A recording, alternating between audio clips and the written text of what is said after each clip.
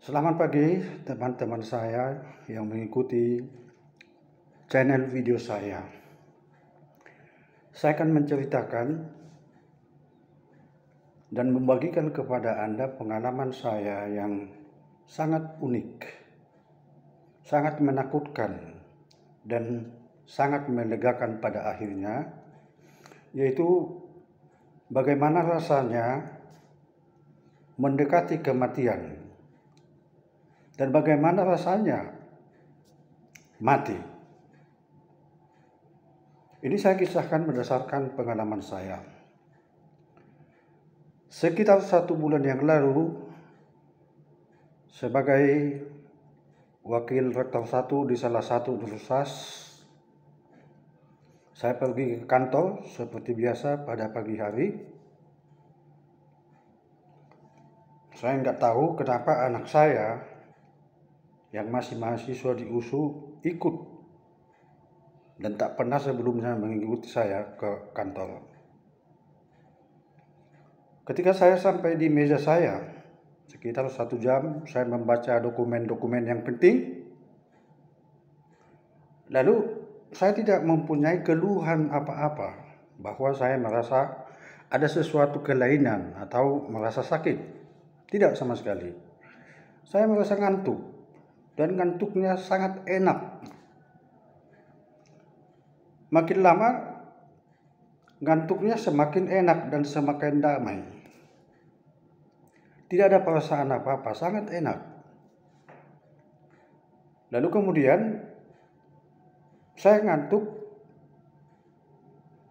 selama 1 jam.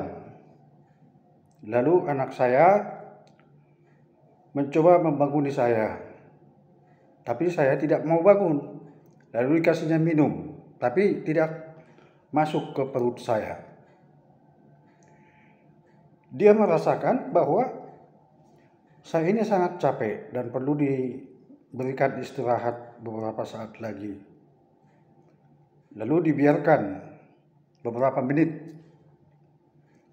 Seterusnya, setelah saya tidak mau bangun, saya diangkatnya dengan pengakuannya bahwa badan saya sangat berat ke sofa. Dan saya tergeletak di sofa, istirahat dan mendengkur dengan sangat keras. Dia masih tetap yakin bahwa saya ini kecapean. Lalu dia biarkan. 1 jam lagi dia datang dari luar dan melihat saya masih mendengkur, lalu membiarkannya. Dia pun tertidur selama 1 jam.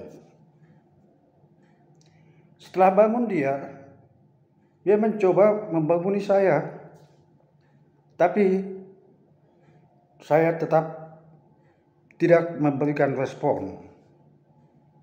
Lalu dia merasa bahwa saya ini sakit atau sakit keras. Lalu dia pergi ke ruangan-ruangan lain, pegawai-pegawai saya dan teman-teman saya. Waktu itu waktu istirahat makan siang untuk meminta tolong. Tetapi saya bisa memaklumi, mereka tidak mau. Sangat takut karena dipikir bahwa saya menderita virus corona dan mereka akan terpapar kalau membantu saya. Jadi mereka berpikir perlu dipanggil ambulans supaya ambulans yang membawa ke rumah sakit. Lalu dia telepon kakaknya. Kakaknya terus datang ke kantor saya, ke rumah saya, ke ruangan saya.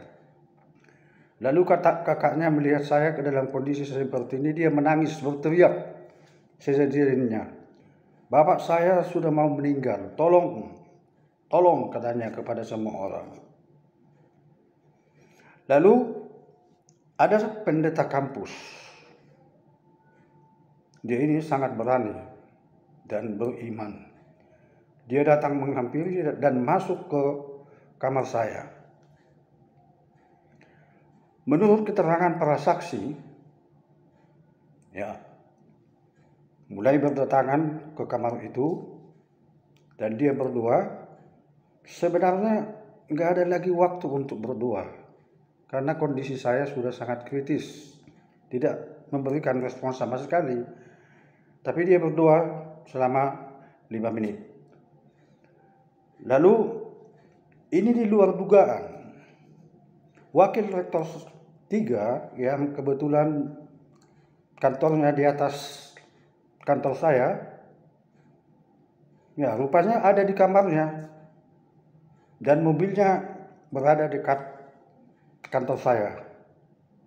Lalu didengar anak saya menangis, dia datang dan di pangkunya saya bersama 5 orang temannya, karena badan saya sudah berat, kaku, dan tidak memberikan respon sama sekali dan bernapas hanya sekali-sekali. Mereka menganggap bahwa saya sudah pergi. Lalu saya dimasukkan ke mobil, dilarikan ke rumah sakit yang terdekat. Dan di rumah sakit itu keadaan semakin tidak menentu. Badan saya semua mulai dingin dan kaku, tidak bisa memberikan reaksi apa-apa. Salah satu di antara yang ada di mobil itu mengatakan, kita relakan, rupanya bapak ini akan pergi karena semua sudah dingin, sudah kaku badannya. Lalu anak saya yang perempuan yang dipanggil anak saya yang laki-laki ini mengatakan, bapak saya tidak mati. Bapak saya diselamatkan oleh Yesus Kristus. Itu dibilang. Lalu sampai di ICU.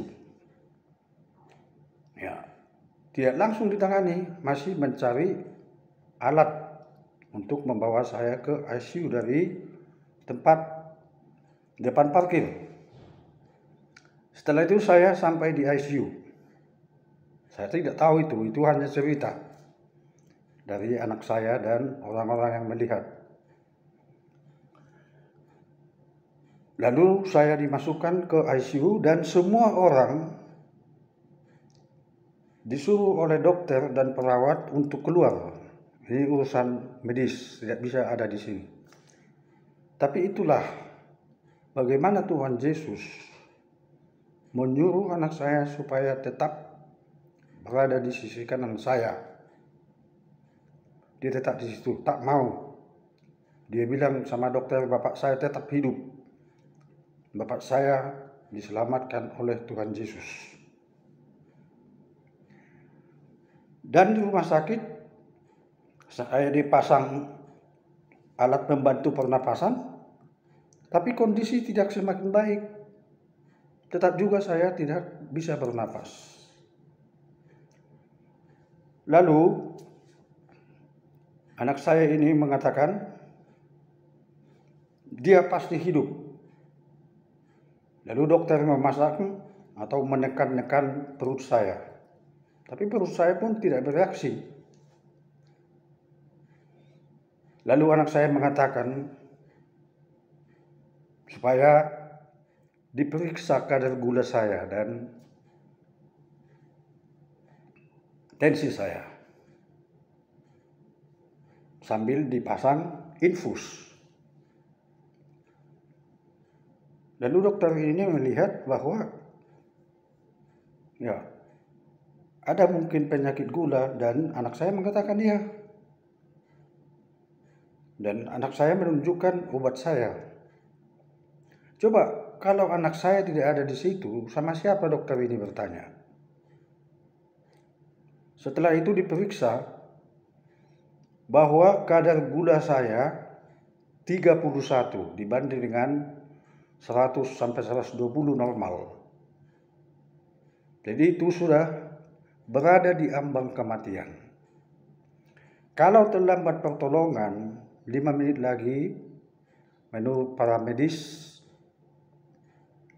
ya, dan tidak ada yang memberikan keterangan tentang itu, saya kan pasti sudah mati. Dan matinya pasti sama dengan waktu saya itu tidak sadar. Waktu saya ngantuk. Enak sekali. Jadi kalau tidak ditangani ini, ya saya akan terus merasa enak tertidur. Rupanya sudah mati. Dan bukan main tragisnya kondisi pada saat itu. Setelah dipasang infus dan gula atau glukosa ke tubuh saya, perlahan-lahan mungkin, saya tidak tahu, naik gula. Akhirnya terjadi proses perbaikan. Tetapi itu makan waktu, ya hampir 2 jam. Seterusnya saya mendengarkan 2 kelompok suara. Di sebelah kiri saya ada suara yang sangat menakutkan, yang saya tidak sukai. Saya sangat benci. Dan saya tidak lihat orangnya, banyak sekali.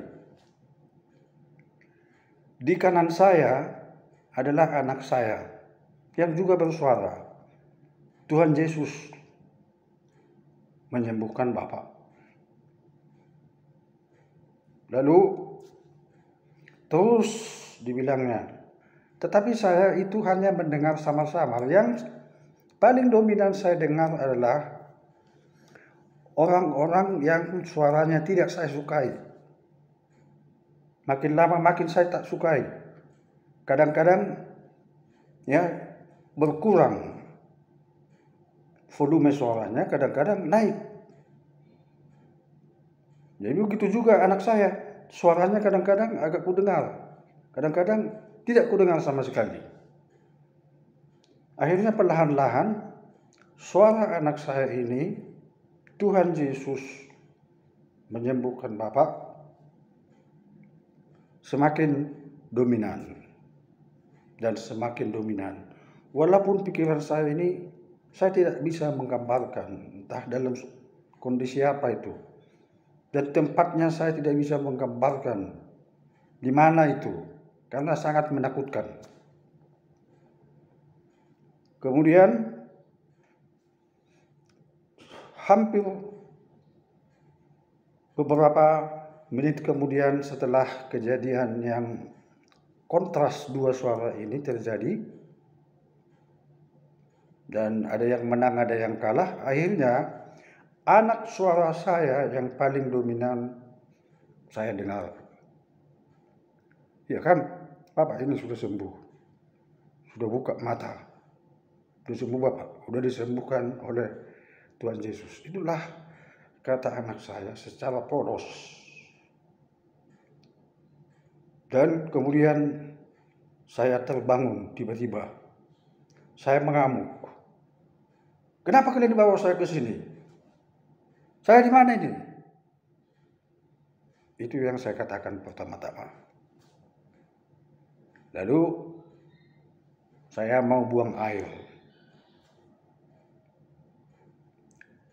Kemudian saya merasa makin segar, makin sehat. Kemudian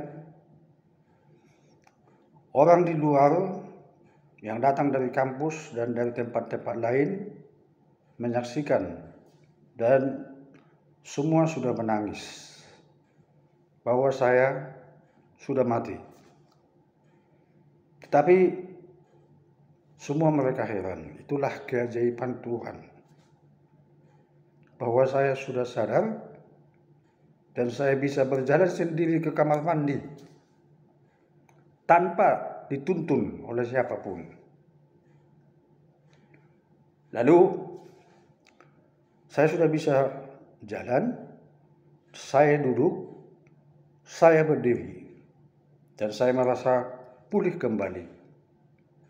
Ini semua cabut, saya bilang. Cabut ini, infus, glukosa, alat pernapasan, semua cabut. Lain-lain. Saya mau pulang, saya bilang. Lalu sebelumnya mereka sudah memanggil dokter internis dan penyakit jantung. Ya. Tapi mereka belum datang. Saya sudah sembuh, sudah pulih. Saya bilang saya akan pulang. Lalu Dokter mengatakan supaya saya di swab test. Apakah menderita corona? Saya di swab test, kemudian saya dibawa ke lab paru-paru, dan kemudian diperiksa, saya negatif COVID-19. Puji Tuhan. Saya tidak menyangka keajaiban seperti ini. Dan Satpam pun semua heran. Ketika saya membereskan administrasi untuk pulang, karena saya sudah merasa sangat sehat. Semua heran, tidak ada yang percaya, termasuk tukang parkir. Inilah mengapa saya katakan bahwa bagaimana rasanya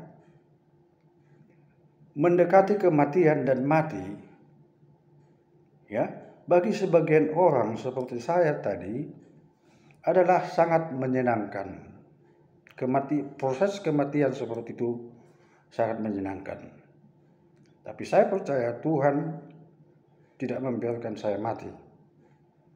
Kenapa dia suruh anak saya datang bersama saya ke kantor, padahal sebelumnya tidak pernah? Kenapa anak saya yang perempuan yang dipanggilnya terus datang dan meminta tolong kepada semua orang dengan menangis? Dan kenapa dia tidak mau meninggalkan saya waktu di ICU? Dan mengapa pendeta tadi bisa terus berdoa di kamar saya? Dia tidak takut kena COVID dan di mobil. Mengapa wakil rektor 3 kebetulan ada di atas walaupun itu istirahat makan siang dan ada mobilnya di depan? Apakah ini kebetulan? Saya tidak merasa itu kebetulan. Saya merasa suatu keajaiban yang jauh berada di luar pengetahuan manusia, berada di luar hubungan sebab akibat, berada di luar scan, berada di luar cara pengobatan modern dan cepat. Semua ini terjadi. Biasanya kalau kita katakan kebetulan, kejadian mulai datang anak saya, mengikuti saya, anak saya dipanggil, kemudian pendeta datang ke kamar saya, kemudian pembantu rektor 3 itu membawa saya ke rumah sakit, kemudian anak saya tidak mau meninggalkan saya. Ini kan sudah banyak ini. Kalau kebetulan itu hanya satu komponen saja atau 2 komponen saja. Ini sampai 6 komponen yang begitu menakjubkan. Ilmu pengetahuan memang tunduk pada bisa diverifikasi, bisa difoto, bisa dilihat sebab akibat. Tetapi sesuatu yang tidak tunduk pada hukum ilmiah ini, kalau terjadi berulang-ulang, itu juga dianggap kebenaran dan dianggap sesuai dengan standar ilmiah, tetapi masih harus perlu diteliti. Ini yang terjadi pada saya. Saya sangat yakin ini. Saya seorang profesor yang sangat kritis. Tulisan saya sudah dimuat di Scopus, jurnal nasional internasional bereputasi. Tapi saya percaya ini adalah kebenaran di luar ilmu pengetahuan. Jadi artinya masih banyak pengetahuan yang kita tahu sekarang ini, ya, berada ya di luar pengetahuan kita, dan masih ada saatnya nanti itu akan kita ketahui.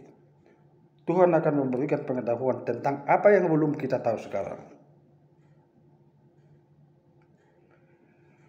soal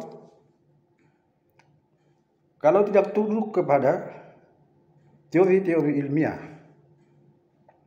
seperti yang saya sebutkan tadi, bahwa itu tidak benar. Tetapi yakinkah Anda bahwa hal-hal yang tidak masuk akal dalam kehidupan sehari-hari Anda sering terjadi? Kalau saya mengatakan mimpi dan artinya, mungkin Anda masih memberikan argumen teori Sigmund Freud, seorang ahli psikoanalisis. Mungkin. Oke. Tetapi saya mempunyai pengalaman di luar itu, di luar dari mimpi tadi. Misalnya, mulai dari kecil saya setiap datang kupu-kupu masuk ke rumah saya, itu akan ada datang tamu. Dan sampai sekarang itu terjadi.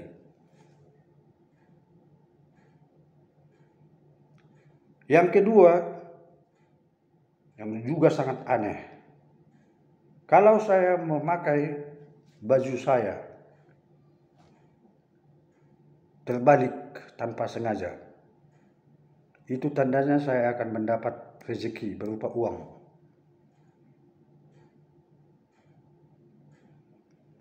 Dan percayakah Anda bahwa saya ini sebagai seorang ilmuwan pernah kagum kepada seorang fortune teller, ini peramal dari Perancis, karena saya mencoba apa beda supernatural atau peramal Perancis dengan negara maju dengan Indonesia. Indonesia saya tahu ada benarnya, tapi ini saya mau bandingkan. Anda tahu, untuk itu saya harus bayar uang konsultasi dan terjadilah komunikasi. Pada saat itu langsung diberikan kepada saya penjelasan yang di luar dugaan saya. Semua aspek kehidupan saya sebelum lahir sampai sekarang dia mengetahui. Apa yang akan terjadi kepada saya 1 minggu lagi, 1 bulan lagi, diberitahukannya dan betul terjadi. Ini adalah pengetahuan yang di luar ilmiah itu. Pengetahuan apa itu?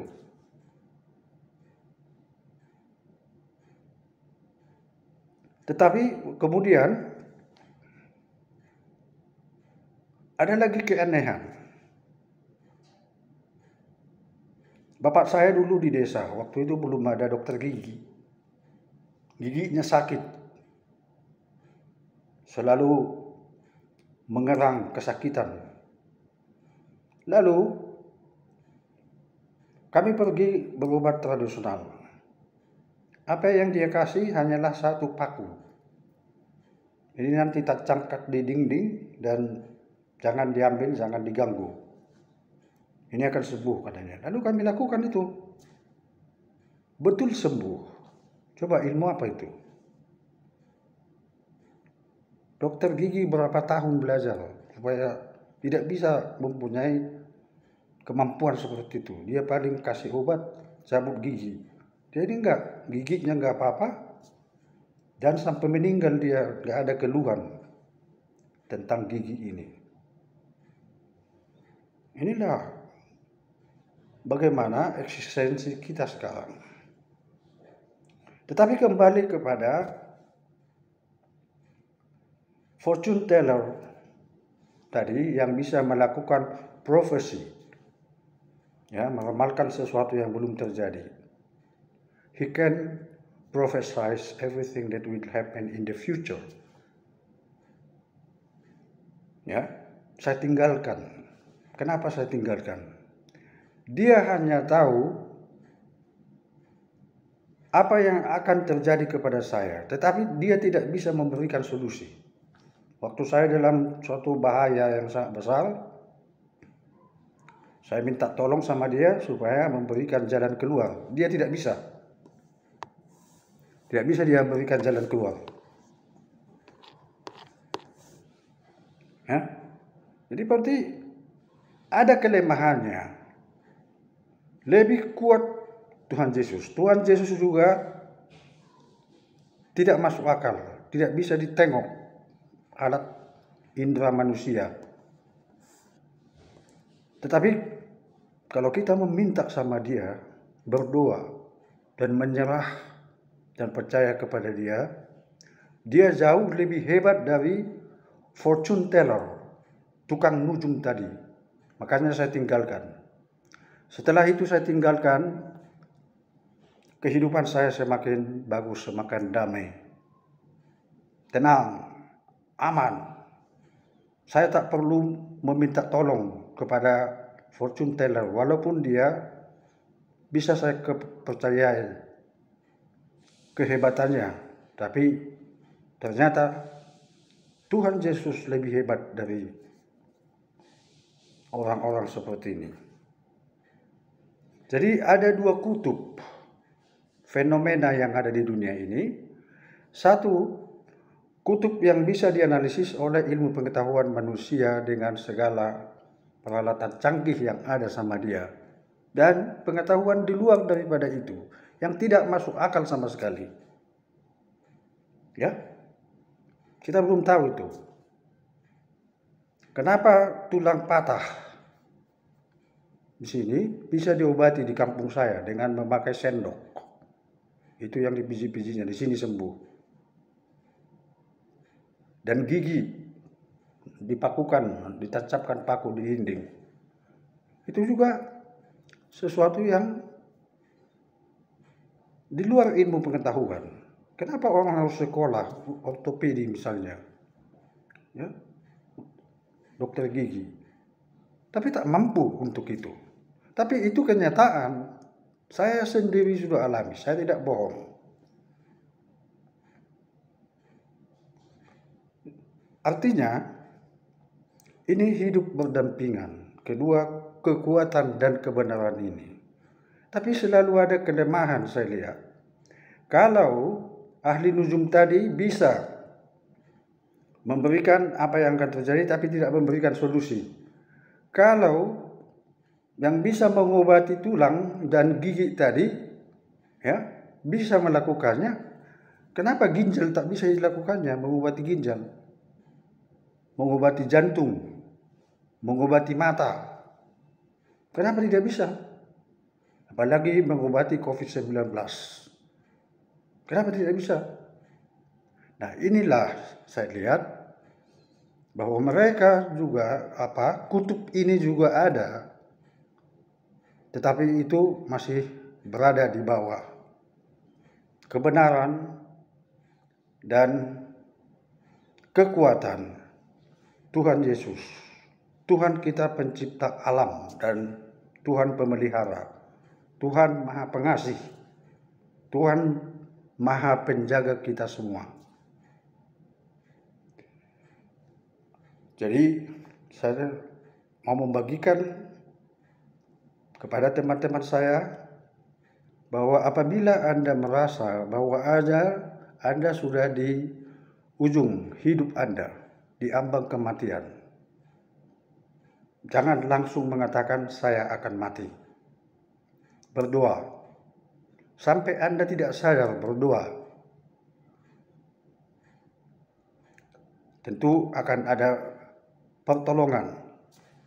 Itu keyakinan saya. Dan bukan hanya sekali lagi saya meyakini hal-hal seperti ini. Udah puluhan kali. Nanti dalam episode berikutnya akan saya uraikan satu persatu.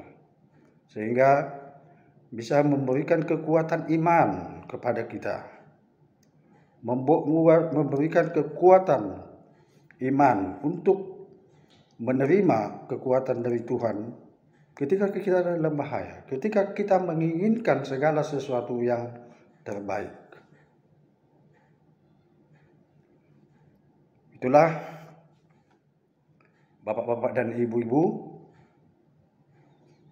yang ingin saya bagikan tentang bagaimana rasanya dalam proses kematian dan dalam keadaan mati. Kenapa saya katakan dalam keadaan mati? Karena perasaan saya pasti sama dengan ketika saya tidak sadar dengan kalau saya mati. Tapi syukur Tuhan menolong saya dan saya masih hidup. Saya yakin umur saya akan panjang diberikan oleh Tuhan. Seperti dua teman-teman yang menyayangi saya sekalian. Ada pelindung kita. Ada obat di luar dari apa yang diketahui oleh manusia. COVID ini pun bukan tidak ada virus yang akan kuat benar. Walaupun tidak memusnahkan, tapi melemahkan sehingga tidak mematikan. Kita berdoa bersama-sama dengan sepenuh hati kepada Tuhan agar kita bisa selamat dan kita bisa menguasai dunia dengan segala keberadaban kita dan dengan segala kelebihan yang diberikan Tuhan kepada kita.